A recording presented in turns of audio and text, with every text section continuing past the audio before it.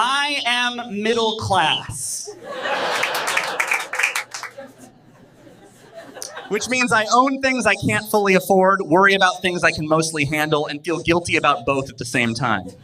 The middle class is a very specific emotional condition. You are never quite rich enough to relax and never quite poor enough to have a good excuse. You exist in a permanent state of fine. Not great, not terrible, fine. Someone asks how you're doing, you say, yeah, not bad, keeping busy. And that's the truth. You are keeping busy. You're busy working to pay for the life that's keeping you too busy to enjoy the life you're working for. It's a beautiful circle. It's a Ouroboros of mortgage payments and meal planning and wondering if you should start a pension or just lie down. I describe myself as comfortable. We're comfortable. That's middle class, but I checked the account balance 4 times this week just to make sure it hadn't changed.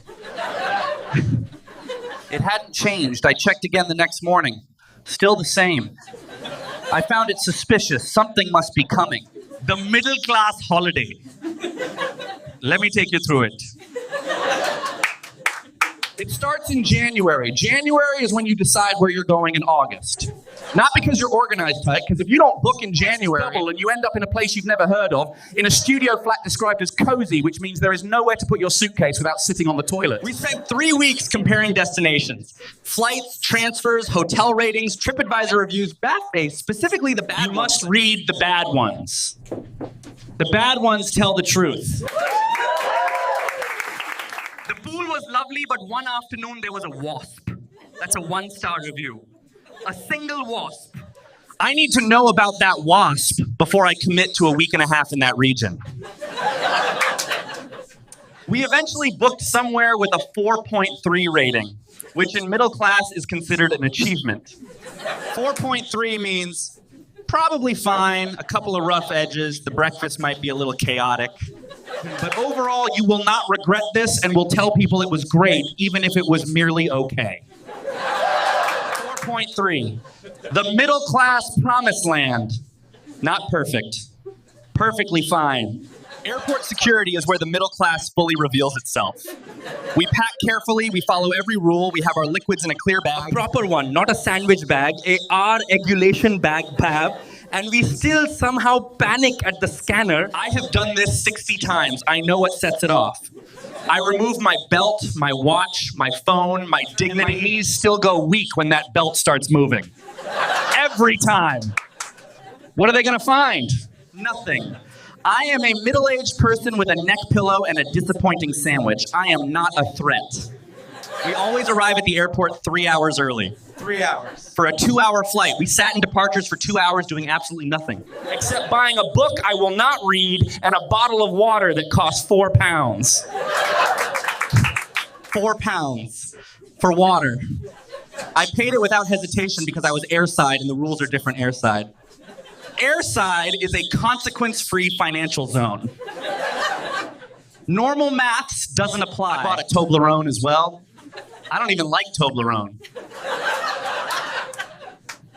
That's just middle class eating is its own entire culture. We care deeply about food. Deeply. Possibly we meal plan. Every Sunday we sit down and plan the week's meals. Write a list. Check the cupboards. It takes about 40 minutes. Then we go to the supermarket and buy half the things on the list plus 14 other things that weren't on the list and come home and make pasta. We always make pasta. The plan is irrelevant. The plan is a gesture toward organization. The pasta was always the destination. We shop at 2 supermarkets. The expensive one for the nice stuff, the good bread, the good cheese, olive oil with an Italian man's face on it, and the cheaper one for the normal stuff, the bulk, the basics, the things that do a job without needing a story. This system costs us more in petrol and time than simply shopping at one place. We know this. We continue anyway. Because the cheese from the expensive one, is better. It objectively is.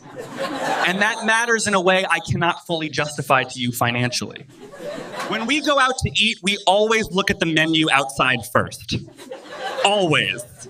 Before committing to entering, we check the prices, scan the dishes, do a quick mental sum of what a reasonable meal for 2 would cost. If it's within range, we go in. If it's slightly above range, we say maybe next time and walk to the place next door and do the same calculation. We could be doing this for hours. We have done this for hours. We look at each other and silently agree, no starters tonight. Not because we can't afford them, because we can't justify them. There is a difference between can't afford and can't justify. The middle class lives in that gap. The gap between possible and sensible. The starters are possible, they are not sensible. Main course only, maybe dessert if the night has gone well. The middle class has a complicated relationship with money. We have enough to be embarrassed about discussing it and not enough to be truly comfortable with it. We talk about money in code. We've been careful this month. That means we overspent last month and now we're eating the freezer. We're saving up. Means we want something and can't have it yet, and thinking about it keeps us going. We also do something called reviewing our finances once a year.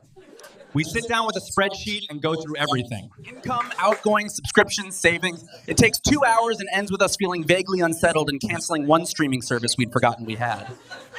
Here's what I've worked out about being middle class after living it my entire adult life. We are people who care.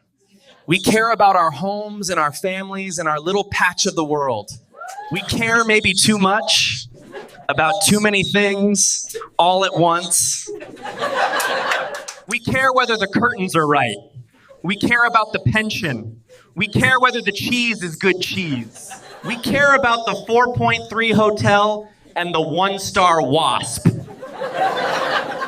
And sometimes all that caring is exhausting. Sometimes you want to not care. Just stay for a weekend, Renee, not compare, not calculate, not check the balance one more time. But then you book a holiday, and you compare 27 hotels, and you pack the regulation liquid bag, and you buy the Toblerone, and somehow, somewhere in that chaos, you end up on a sun lounger next to the person you love with a drink that costs too much in a 4.3 hotel that is exactly fine, Nicole, and everything is, against all odds, actually fine.